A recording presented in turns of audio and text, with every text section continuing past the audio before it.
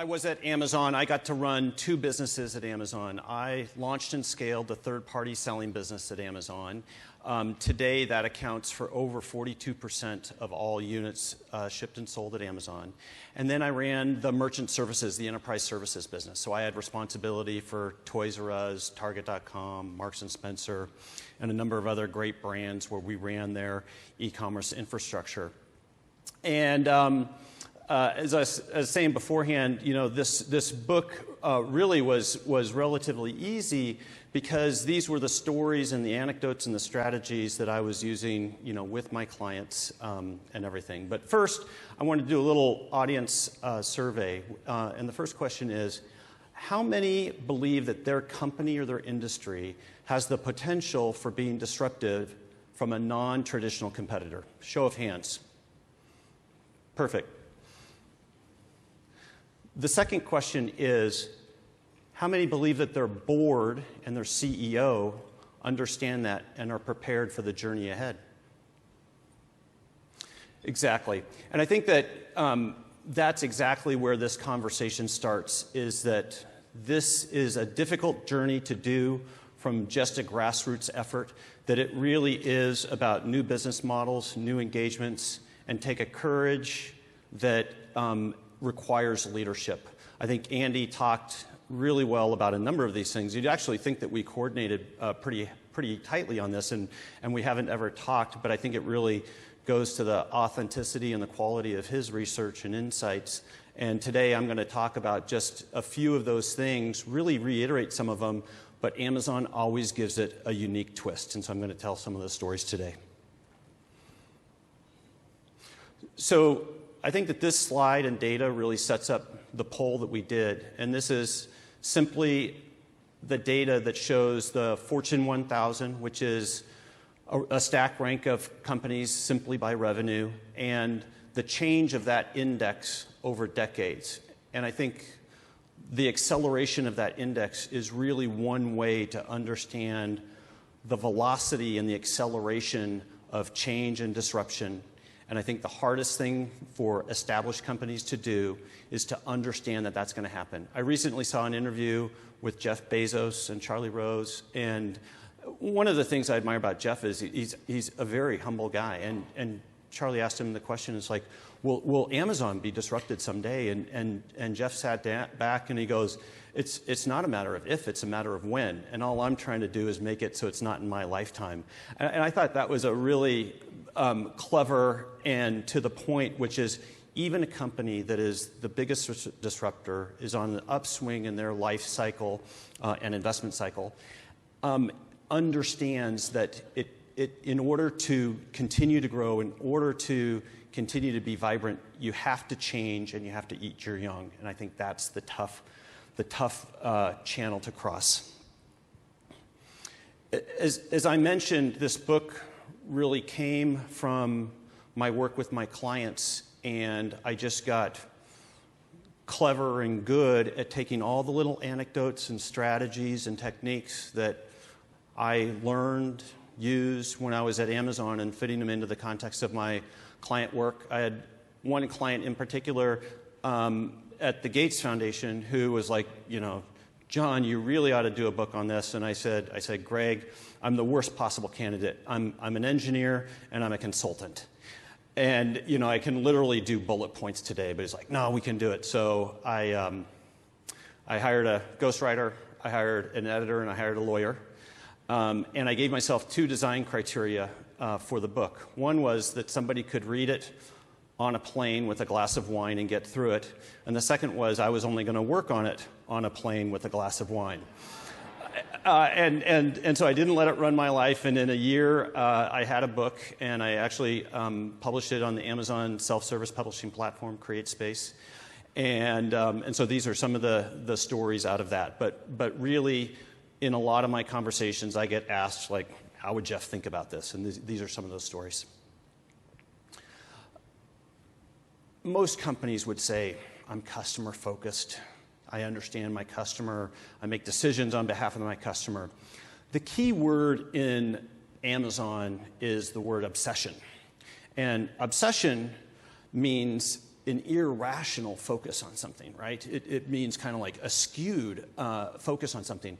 And truly, in everyday conversations and in everyday decisions and in everyday trade-offs, more than any place I've ever seen, is that you see the customer perspective driving hard decisions, driving the need to invent and simplify, and it's not a token phrase. One of the things people ask, like, how do we drive a change like this? How do we start becoming more customer obsessed? And one simple way to do it is to have a truly empowered voice of the customer program. And I think a lot of people understand what a voice of the customer program is. The key thing that makes it work at Amazon is that leader, that group that runs the voice of the customer program, is empowered to put work and commitment on other teams. And I think that that's one of the things that I learned at Amazon is they use all sorts of excuses and mechanisms to avoid their organizational structure. And that's one of the things you heard Andy talk about is like design your organization by function. I think the key is ignoring your organization, because no matter how you align, your customer, your needs are going to be cutting across it. And if you can develop those organizational tendencies that let the customer speak loudest, that let data speak loudest, and can coordinate work across an organization, that's going to make you nimble. A lot of great discussion this morning about analytics, business intelligence. They talked about competitive pricing. What's the key requirement for a lot of those? And what's the unique Amazon twist? At Amazon, we talked and we designed to instrumentation.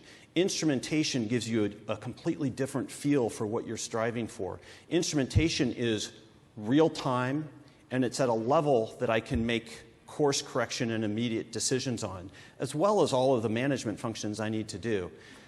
So one of the key lessons I learned at Amazon, and truly if you want to get to those analytics and to those real-time decisions, you need real-time data, is instrumentation is not an add-on requirement or an add-on thought.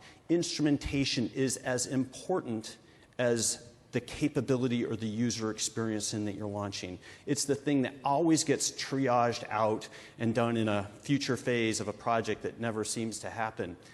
Instrumentation, real-time data, even if you don't understand how you're going to use it, collect it, because at some point it will come in handy. One of the things great data does is it drives a culture that lets data rule the conversation and rule the day. And I think that that's one of the valuable cultural fallouts that comes from having rich data.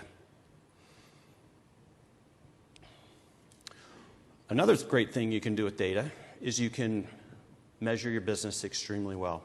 So one way that I see leading companies really understanding how do I provide a great customer service is they really think through the metrics for that business. This is a good example from Amazon, and you can work it either from the bottom up or from the top down, but let's take it from the top down. So first of all, this is a metric called the perfect order percentage. First, I love the name, perfect order percentage. It sets an expectation that is difficult to not understand.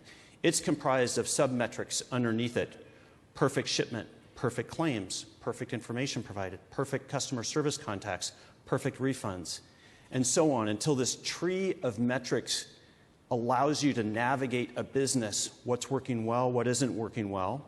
And especially if you do it with instrumentation, you can do it on a daily, weekly, monthly, real-time basis. But you see Amazon thinking not only highly about their processes, but they spend an obsessive amount of time thinking through the metrics for business, because they believe that if we have a good team and we get the metrics right, we can let them run with less coordination and less governance. So one of the recommendations I'd have for you is don't just think about your process design, think hard about your metrics design. And the other thing I'd point out on this is there's no organizational feature or component to these metrics. These are customer-driven or partner-driven metrics that cut across an organization.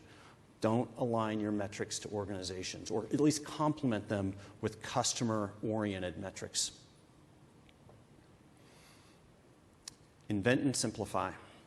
I think the word invent tends to draw a lot of the headlines and the features. I actually like the counter word, which is simplify.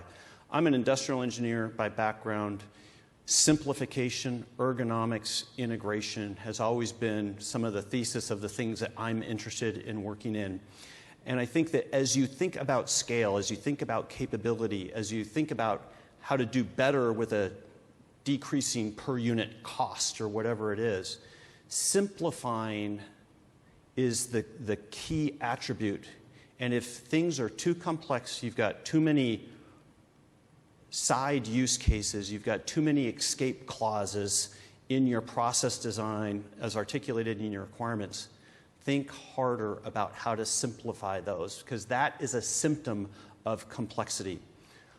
Who here is familiar with the Mayday feature on the Amazon Kindle and Kindle phone, right? I look at that and I think that that is the most astounding invention and simplification based off of I'm sure somebody said, what is the worst customer experience in owning a phone or a Kindle? And they said, having to ask for help, especially if you don't know if it's the hardware, the app, or the data provider and everything, right? Mayday completely changes the basis for that conversation, makes it easy, actually makes it a delight to press a little button. You get a pleasant person who can answer 90% of your basic user questions. I think that is a great example of taking your worst customer experience and figuring out how to invent and simplify around it. There's big invention and simplification, and then there's small, everyday refinement of process invention also that is very important. I mentioned earlier that I think one of the things Amazon does very well is they largely ignore titles, they largely ignore organizational structure as they're doing their work. There's a principle that's called half backbone, disagree, and commit. I think there's really 3 things that when I look back at Amazon that I saw them do well to make this work. First was they were clear on what decision and who the owner for a decision was before they would get together on it. That's just good meeting hygiene, right? Like, let's run a good meeting. Let's be clear on what decision we're trying to do and who the owner for that decision is.